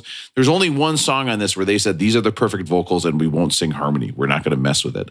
And so think about this. After this album, they come out with a live album. They come out with a compilation album. They don't come out, but however, each one of these guys releases a solo album within the next year. So this is like the band breaking up. They don't release another album as Crosby, Stills, and Nash until 1977. That's 7 years after this album. So you get nothing from these guys from 7 years except for individual work. So let's get into Deja Vu, which is crazy that this album is basically a band breaking up, because this might be the most together we've heard a band since, I don't know. I mean, is there another band that hits the harmonies like these guys do? I mean, the Coltrane Quartet. Are you sure we haven't heard this album before? I feel like I have. Do you guys ever get Deja Vu? Have I talked about this? I do. Yeah. Yeah, because Deja Vu, though, is when you've seen it before. But you know what I get for real, and I'm not kidding? Deja Rev. I've looked this up. It's when you swear you've seen something before, not dreamed it. No, you swear you've dreamed it before, not seen it. I get that all the time where I'm somewhere and I'm like, I've seen this before. Now, can I use those powers to do anything special? No. Of course not. And it's always like me looking at something. It's never exciting. I mean, this song sounds so good. It's panning right, hard left when you start. Basically, he took, Steven Stills took two songs he had written for Buffalo Springfield and crammed it together because they said, we don't have an opening track for this album. Listen to the song Questions by Buffalo Springfield, which of course... That's these guys basically, right? Except for... It's Neil Young, Steven Stills, David Crosby was still with the Yardbirds. And was Graham Nash in... Russell, can you look up, was Graham Nash in Buffalo Springfield? But listen, I mean, it's the same song. It's crazy. This is the thing. They say that this song, Carry On, is an inspiration for this Led Zeppelin Friends song with the guitar playing. They said it inspired Jimmy Page. Okay. Off Led Zeppelin 3. Next up, you guys want to hear Jerry Garcia on a pedal steel guitar? Well, guess Give what? it to me. Oh, Right here. Is Here that it what- is. I didn't know that. Remember when I talked about the Grateful Dead? I said they were in the same studio with Crosby, Stills, Nash Young. This is the album, Jerry Garcia. Wow. Do you know why he did this for them? Yeah, didn't they trade something? They had a trade. Wow. They did a barter where they taught him how to do harmonies, and they were teaching him that when they were recording American Beauty, the one we talked about. Oh, that's cool. They taught him how to do harmony. Oh.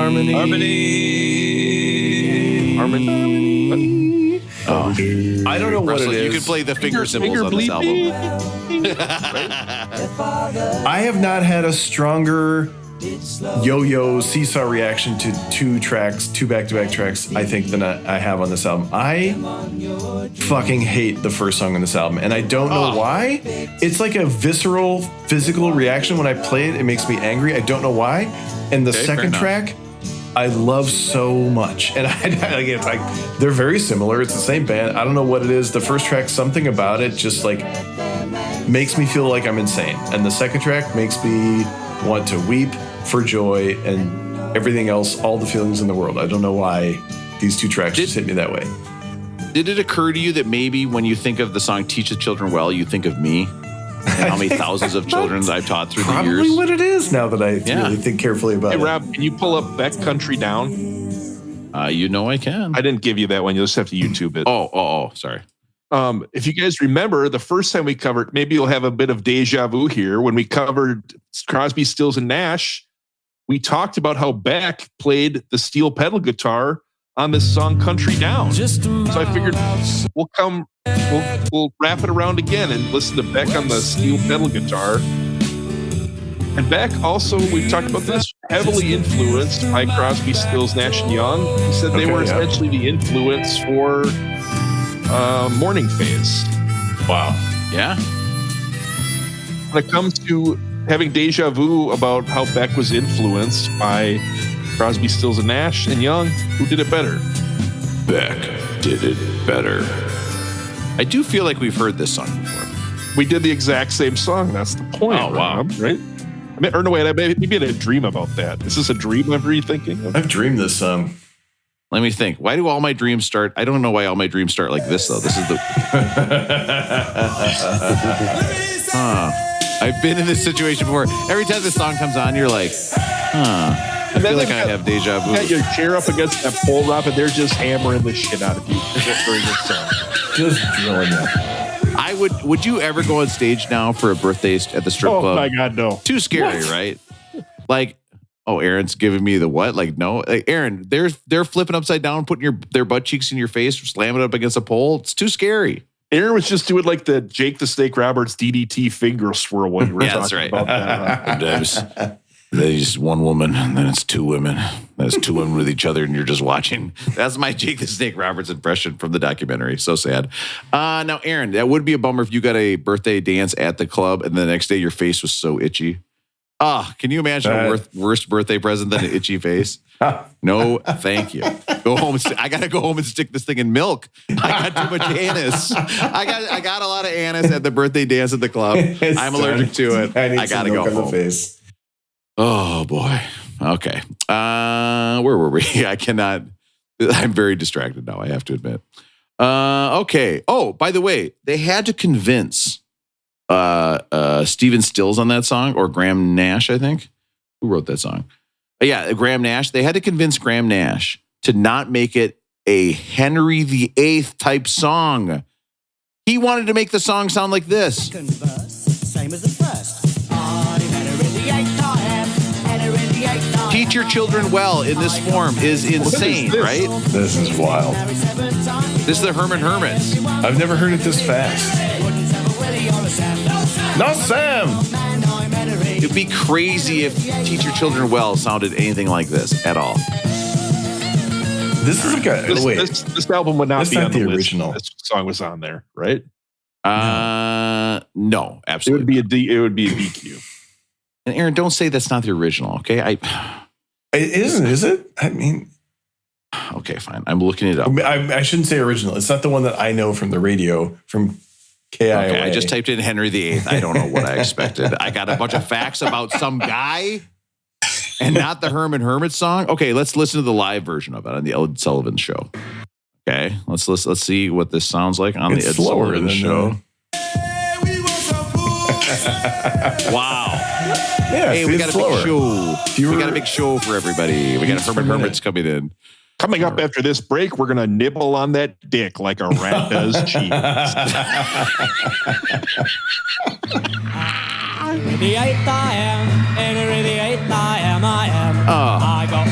If you're a woman screaming for this song, like if you saw your mom screaming for this song, wouldn't you be kind of embarrassed? Look at it bouncing up and down. I'd rather go live in Charleston back in the day, right, Rob? Second verse, same as I mean, what's wild is like there were women taking their panties off in the audience. You can hear it happening.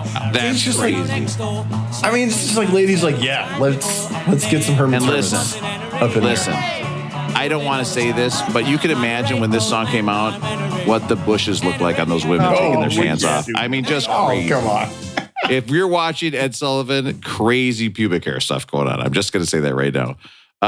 First comment. My grandma who passed. Okay, never mind. We're not going to read that comment.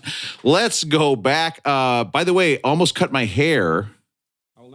This is by David Crosby. This is what he called the hippie dilemma, where all these hippies at some point said, I got to cut my hair, but it's my freak flag. I got to show it off. What's the longest your guys' hair has ever been? Matt? During COVID, it got like an inch over my ear, and it was the worst. That's literally as long as I've just never ever grown up. Matt the hippie. I shouldn't.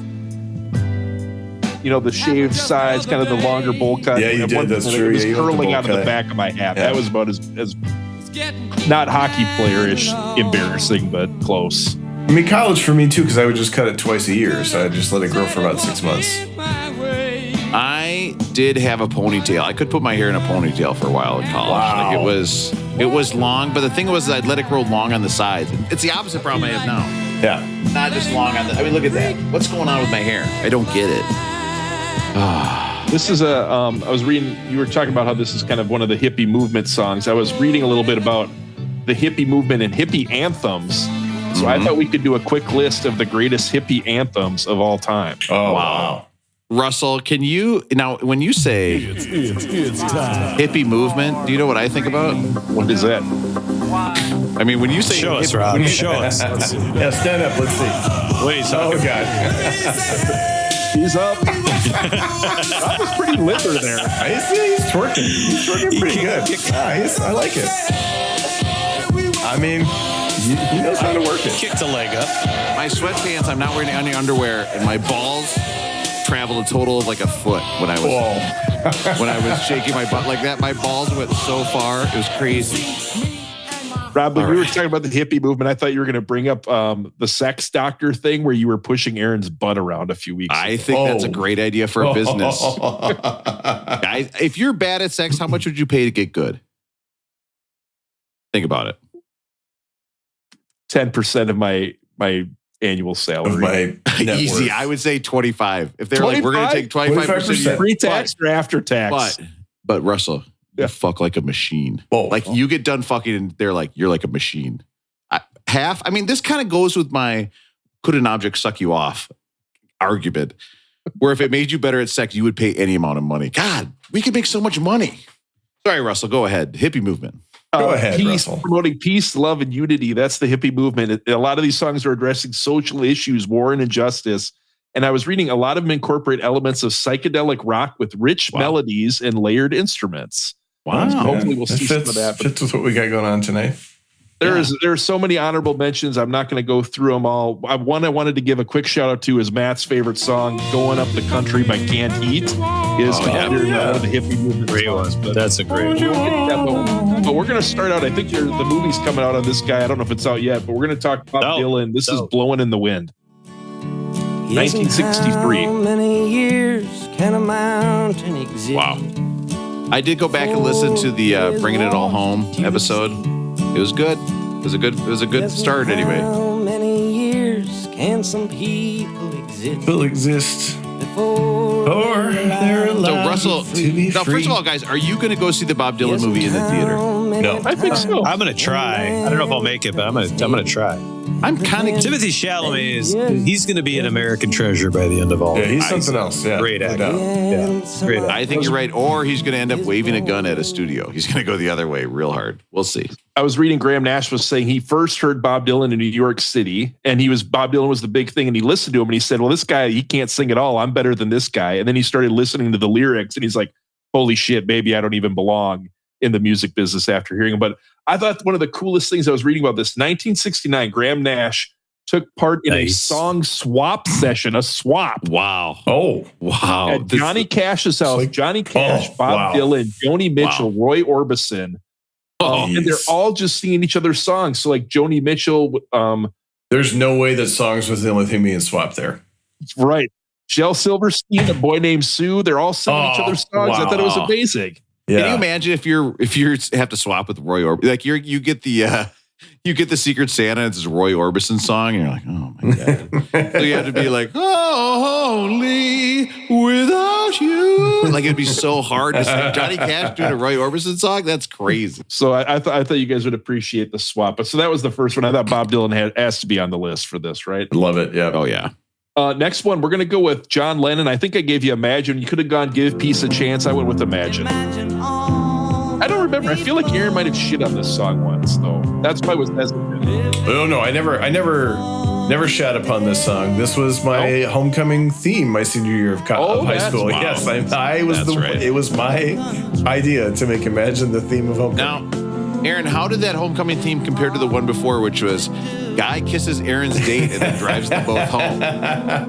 Was this a better theme than that one? I'm going to choose Imagine over that one. Yeah. All right, that sounds good. Little known fact, Crosby, Stills, and Nash 2 years earlier. So the album we're doing is 1970, I think, right? Yep. 2 years earlier, they were getting everything tight. Their music was good. They auditioned for the Beatles on the Apple Records. At Apple Records, the recording. Yeah. Audition for them, they get turned down. The beat George Harrison doesn't like them, so they say no to him. It's pretty crazy. Like they're clearly influenced by him, right? I don't love your music, mate. Sorry to tell you. Goodbye. And he said it was pretty crushing because they patted themselves off the Beatles, and then they thought they had everything dialed in, and they got turned down by the Beatles. So I thought that was interesting. But then later, I thought this. Meanwhile, was really you cool. see who the Beatles have hired for their record album, and it's like, wait a minute, those guys are getting in. That's crazy. No, it was James Taylor actually. Aaron, do you want to make a comment again about what was happening when these Herman's Hermits were playing? Oh no, I'm good. You're good. You don't need to repeat that. Don't need to repeat that. No. But I also saw Graham Nash was honored with the John Lennon Real Love Award. And so he was honored for kind of the hippie anthem and kind of living his life through a similar vein, with the songs that we're appreciating here. So I thought that was kind of cool. Next up on the list, 1968. I don't think we've talked to these guys before. This is the Chambers Brothers. Time Has Come Today. This song is so fucking good. Time. This song is so good. Yeah, It's off the Girl Interrupted soundtrack, which is how I know it. It is a banger. I bet I've listened to this song 500 times in my life. I know every note. Listen to that cowbell. and maybe it's just because I think it was on the Five Bloods soundtrack too, right? It's like this feels like the Vietnam War movie soundtrack. Yep. Like if you got a Vietnam War movie, you got to have this one on there. Yeah. These guys, 4 brothers, I believe. They had 8 brothers in the family, 5 sisters. 4 of them are in the band. They're from Mississippi. Wow. And the first album they ever record is a live album.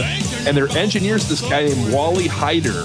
And he's recording this with like a track player. And like just out of the back of his truck, they record it. He messes it up. So they have to send the band back out on stage and tell the band we have to redo the whole album. Oh, so they redo it. But the interesting thing, this Wally Hyder ends up becoming a huge recording guy out in San Francisco. And I believe Crosby, Stills, Nash Young end up playing and recording some of the songs on this album at that studio in San Francisco. Oh, that's so cool. That's wild. God, this sounds Russell, good. you always tie it together. Wow. All right, next song on the list. Aaron, I think we've talked maybe this one once before. Mamas and the Papas. This is California Dreaming. Beautiful. You want to talk about song swapping? What was swapping in that group? I think they were all fucking each other, weren't they? It was kind of a real. It was kind of a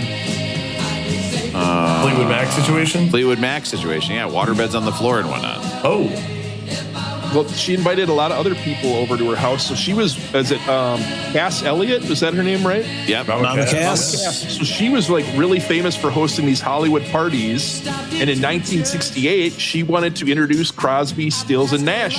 She invites them over to her house for a party. She's the one who introduces them. That's how they start singing together. That thought was crazy and wild. And when she died, I think it was Nash was talking about like how important she was to like them beating each other, forming, and like how important she was to music and everything. I was reading, I don't know a lot about them, but like at some point, members of the band did not want her in the band because of how she looked. And then by like 1968, Rolling Stone like called her like the unquestioned queen of pop music. It's wild. really? That's. I've never heard that story. That's so good. I love that. I love how low in the register that flute solo is. It's a great flute solo. It is a very low. That's a great point, Aaron. I love it. So there was another two people that she introduced at her house, and this is the next song, John Bastian and Zal Yanofsky or someone. These are the main guys from the band Love and Spoon. The song is Do You Believe in Magic? Love and Spoonful. Yes, there you go.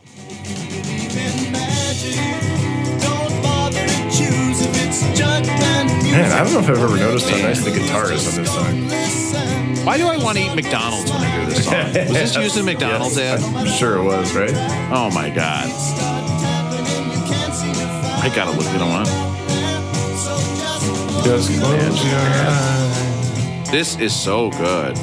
You know It's what? so hard not to sing along with this. Rob's right. You believe in magic. There it is, Robbie. Oh, no. Guys, this is a commercial from 1992, the same year as Rage Against the Machine comes out. So let's keep that in mind. And I remember this more than I remember, I don't know, lots of facts in my life that I should know. Like the guy I talk to every day at work, what's his name? No idea, but I remember this commercial perfectly. So, Rob, if there was going to be a adult film with one of the McDonald's characters, would you pick Ronald or Grimace or who's your guy? Hamburger? I know that Ronald does have the big feet and Aaron likes that, but I gotta go with the bird who's a pilot. You know what I mean? I love a sexy woman in a uniform with a job. Hell yeah. That Love and Spoonful band, the leader, John Sebastian, Love and Spoonful, who Mama Cass introduced these guys. He was the guy who played the harmonica on Teach Your Children on this album. Oh, Really? Man, Isn't that Russell, awesome? you always find these connections. Yeah, I thought it was So really good, cool. man. So those were some of the greatest hippie anthems ever. Those all Fantastic, all man. have definitely a cool vibe and a cool sound, don't they? Wow. Did it better list by Russell. I was going to say a good hippie anthem would be Shakira, but Can't lie. can't Don't lie. lie. They don't Also, lie. don't forget one of the horniest of halftime shows ever. Shakira was a part of. Crazy. Everybody talks about the Janet Jackson one as the one that really was like the horniest. I know when you're sitting with your friends and you're talking about what was the horniest halftime show for the Super Bowl, a lot of people want to say Janet Jackson's, Justin Timberlake. Go back and watch Shakira and was it Jennifer Lopez? Oof. Whoa. I was more of a Tom Petty guy. Yeah, the Crypt Keeper. Oh, yeah. Yeah. I like where Bruce Springsteen was dressed as a ref, I think. Man, I'd rattle those bones. Oh, man. Okay, so here we go. Okay, Help track us. 4. This is a Neil Young song, obviously. A lot of people say this is one of the best songs on I the wish whole our album. listeners could see Matt's face right now. He's deep in it. I mean, Neil Young, it's incredible. It's just an incredible voice. It's incredible sound. And no one else You're never sounds going to like hear this. something like this again. It's crazy. Joni Mitchell releases her version of the song Woodstock in 1970. This version also comes out in 1970. She heard about this song from her boyfriend, Graham Nash. Remember, the first live show Crosby, Stills, Nash ever did was Woodstock. He told her about Woodstock. She writes this song. And guess what, guys? I've got a poster in my kitchen that says, "We are stardust, we are golden." I've got these lyrics in my house as art. It's over a star chart. It's beautiful. I framed it myself from a frame I found at Goodwill. You're very cultured. It's wonderful. That's a great pull. I always think of this as more of like an Eagles song. It sounds like an Eagles song. A little bit. It does a little, doesn't it? You know, sorry, I just not my favorite on this album. When you guys were mentioning this does feel a little disjointed, right? Maybe it's just all the different lead singers or something. Yeah, right? Yeah, it does to me. So far, we've had Stills, Crosby, Young, and that was Nash again. And now we have another David Crosby. I mean, this Deja Vu is a true psychedelic song. But guys, now listen. Maybe after my last day at school before break, maybe I came home and got super high and played video games and listened to this album. And guess what? It was awesome. The different songs, the different styles blew my mind. And when I heard this song, I was like, I'm freaking out. Okay, maybe that's the mood. Maybe that's the mood you have to be to listen to this album. I don't know. It's a great college vibe. It's definitely a marijuana album, right? I mean, we don't talk about like, yep. God, this song, man, fucking stabbed me right in the heart. It's such a good song. This is the house he owns with Joni Mitchell, right? This is what they're singing about. And you think about like them living together, and she dated the other guy in the group like years earlier too, right? But David Crosby. I was thinking about this. This is kind of like Rob and his wife. Like these are amazing musicians. This is like Rob and his wife from a weightlifting, like the two world-class weightlifters both living together. I wonder if Joni Mitchell had a treadmill that went in front of Graham Nash's TV. This fucking shit, I'm telling you, she's got to walk in front of the goddamn TV, and I asked her to walk low, and she can only walk for a little bit before her back hurts so much that she has to walk high again. I can't even see.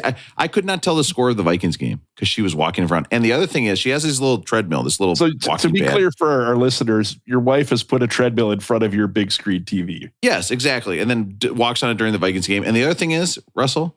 She walks too fast. She cranks it up. It might shock you that she cranks it up to full speed. She's like, I can get all my stuff done in 5 minutes. And so she's walking too fast. So it's scary to watch her walk. It's very distracting when I'm trying to watch a football game. Okay. And of course I reason with her and say why it's not logical that she's doing this. And she understands and stops. That's why she's my best friend. All right. So by the way, that song, Russell, Dan Aykroyd is singing that in the beginning of what unlikely movie? Coneheads? If you said My Girl 2, you are correct. That is the song he's singing at the beginning of My Girl 2. How is there a second My Girl? They're like, what kid can we kill off with bees this year? Hey, spoilers coming for My Girl 2. Here's the last sentence. Vada receives an A+ on her essay and hopes to share what she's learned during her trips with her brother someday. Are you watching that movie? Are you watching My Girl 2?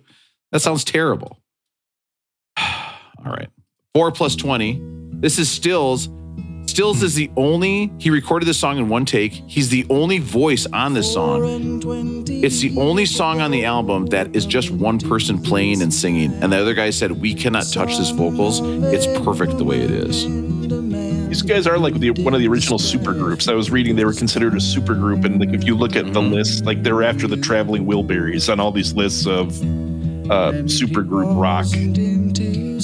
Again, Roy Orbison and the Traveling Wilburys is probably like, guys, can we have a part of the song that goes, oh. Okay, I love making fun of Roy Orbison. It's what I don't know. Man, we're too late in the episode to like. I think they weren't a super group in 1970, right?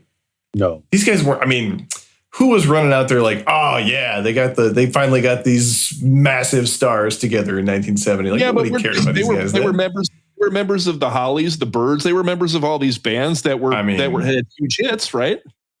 What hits did the Hollies Buffalo have? Springfield. You know, I thought they got really good. Buffalo Springfield's in the rock and roll. I get like Birds, turn. That's one of the biggest. Birds. Yeah, Birds is a good one. My favorite part of this super group is when they added Buckethead. I thought that made it a lot better. That was. When Chris Bosch finally accepted his role in Shot Corner 3s, that's when they really took off, you know. We're not going to win 1 Grammy, not 2 Grammys, not 3 Grammys. This is Country Girl. This is a 3-part song by Neil Young. Got Whiskey Boot Hill, Down, Down, Down, and Country Girl. I'll just fast forward so you can hear all 3 kind of parts of the song. I mean, you can hear where Harvest Moon comes from after this, right? Like it's right there. You have any idea why Neil Young left? The last part of that song I thought was a banger. I love the country, the country girl. I think you're pretty. Everybody, I Love You. This is just Stephen Stills. I mean, you can tell so much this is a Stephen Stills song. And again, I highly recommend his basement recording album where it's just him on a guitar. It's crazy. Crazy guitar playing. The whole album is kind of feels a little limp, and then this kind of has some more fire. Yeah, I agree. Your sail is limp. Tree, this is the tree not tipped over in the corner. Yeah. All right, folks, that is the end of the album. And we are getting into the very popular and very patented. Don't try to steal it. If you try to steal this and I have to copyright strike you, The patented and very popular makes me sick. Better rating system.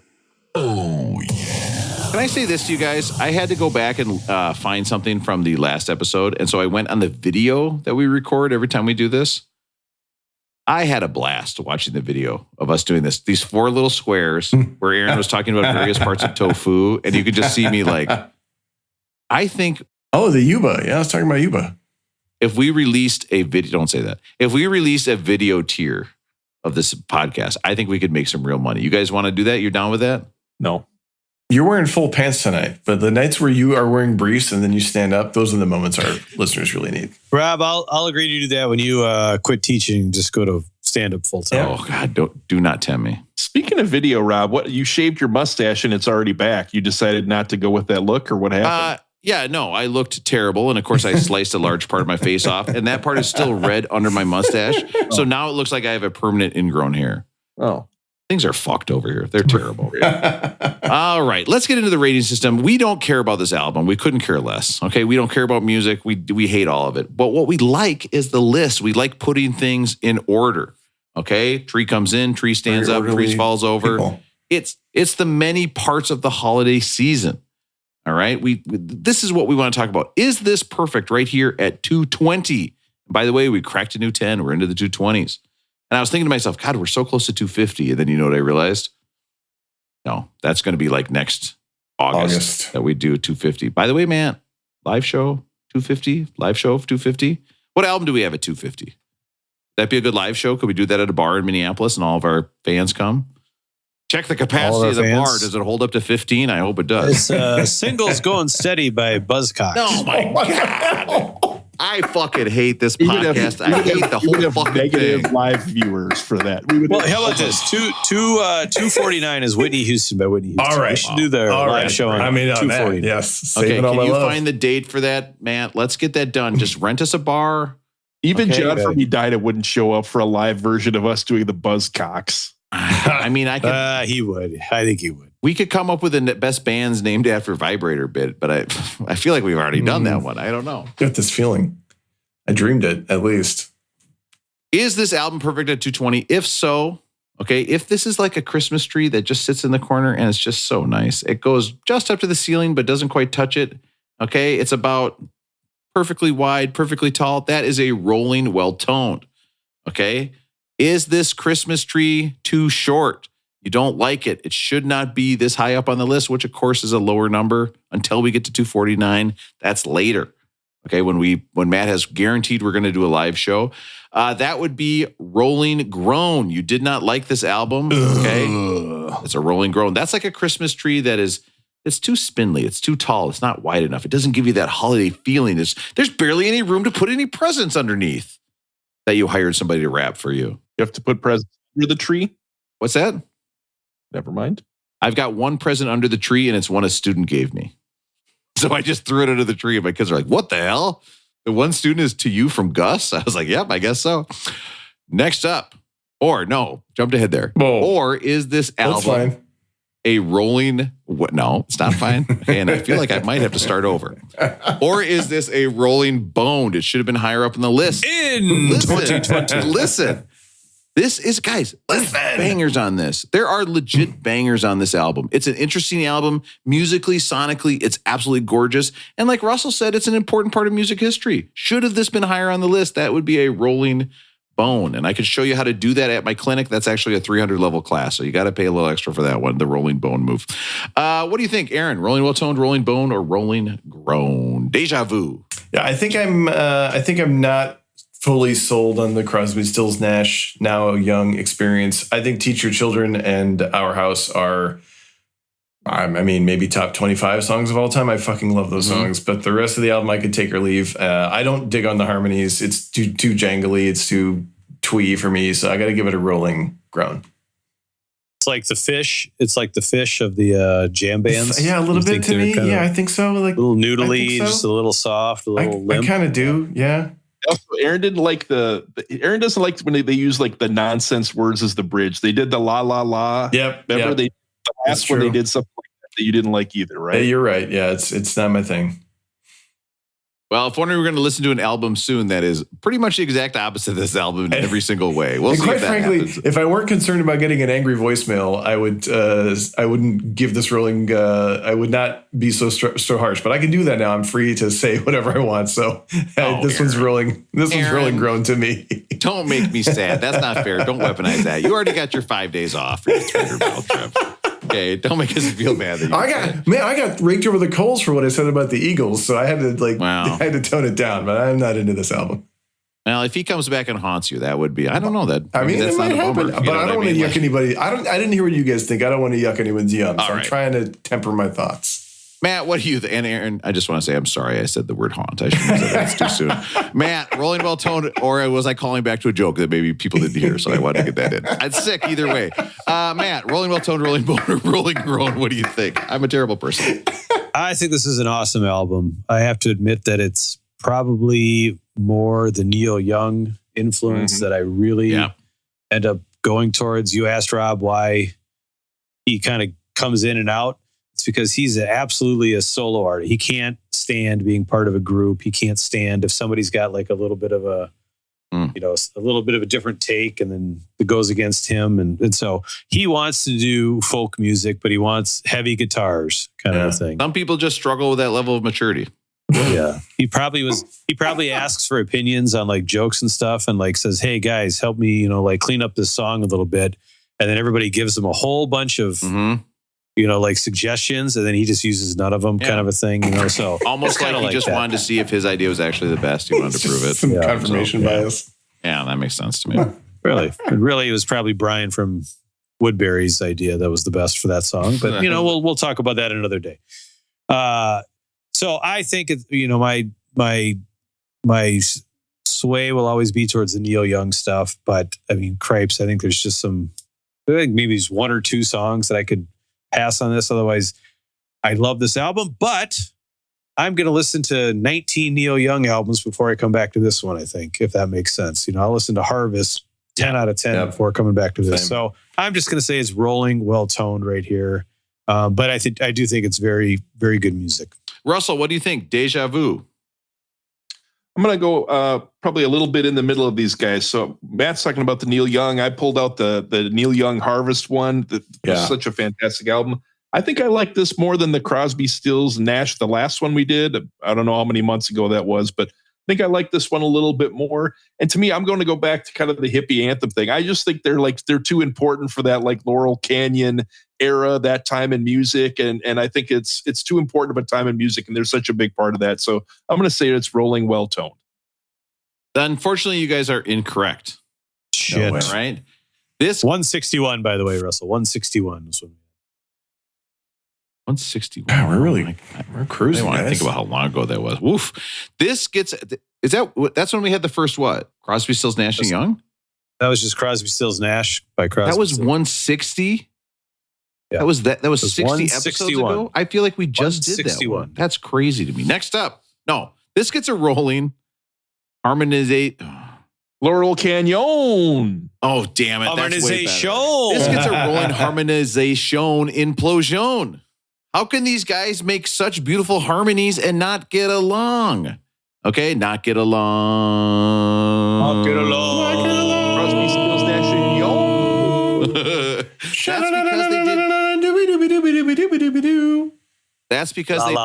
That's because they didn't have somebody in charge to tell them which way was best. Okay, they need a strong leader. Okay, who's willing to take all the arrows for the rest of the team. Okay, it's something they didn't have. Next up. It's a CD that told me whether or not I should do what they tell me. And it turns out my wife is not part of the machine and does not like it when I quote this album to her. It's Rage Against the Machine by Rage Against the Machine. Oh, God, where's the fucking sound clip now? electric zap is where I think this thing should be. Where it's not. Oh, there it is down there. Sorry, everybody. Don't mean to play the electric zap. We don't need that one anymore. When you want to hear about the greatest albums of all time. Yeah, apparently folding the laundry is not. Well, Matt thinks it's probably you're raging against the machine when you're not folding the laundry. Rob, crazy deja vu. I was looking at our Crosby, Stills, and Nash notes. Yep. We had an ampersand discussion in that episode. Holy shit. No. Are you serious? Yes. That's my bad. We That's bring my up bad. ampersands again? It's on me. That's on me. I should have remembered They that. do look like a guy jacking off, though. I mean, if you went to the club, I just want to say this. If you were out on a Saturday night and you look over and there's an ampersand sitting, just look at the ampersand on your keyboard. And then you hear this. I mean, that's what it looks like. It looks like a guy sitting at the club with a huge boner. That's what an ampersand looks like. Wow. Russell? Rob, I heard you were going to be in Unbelievable. town for the holidays, and if I was hoping you could maybe stop by and help me take down my tree and help me get this alloy butt plug removed from my orifices. It's time to say It's a backdoor Santa. Yes. goodbye. Gift that keeps on giving. Russell, can I just say this for the holidays? And I'm being very serious. I just want to take a moment. I know we're not serious very often on the show. Yes. But I just want to thank all the listeners. I know that you're sitting there listening to a podcast. You're not driving to work early in the morning. Okay. You're sitting there with your family. You're surrounded. You have the time off. And I just want to say to everybody, Merry Christmas. To everybody, a good night. And to everybody, a 3 pieces round aluminum alloy couple training, indoor, outdoor, easy to carry butt plug, sex toy, anales, anal, adult toys, plug, relaxing for women, men, for hoodies party, for Valentine's Day. And to all a good night. Lilac 8. Lilac 8. I wasn't going to say that. I don't know why it says Lilac 8 at the end. It's like Anales. Rob, I don't want to put a hat on a hat, but yes. your all-time greatest intro was on the previous Crosby, Stills, and Nash episode. It was your Stu Pitt episode. Brad Pitt's brother. Brad Pitt's brother, Stu Pitt. You know what, Russell? That's like putting a butt plug in a butt plug. Oh, You know what I mean? It okay. just gets better. Don't plug the plug. Oh, my God.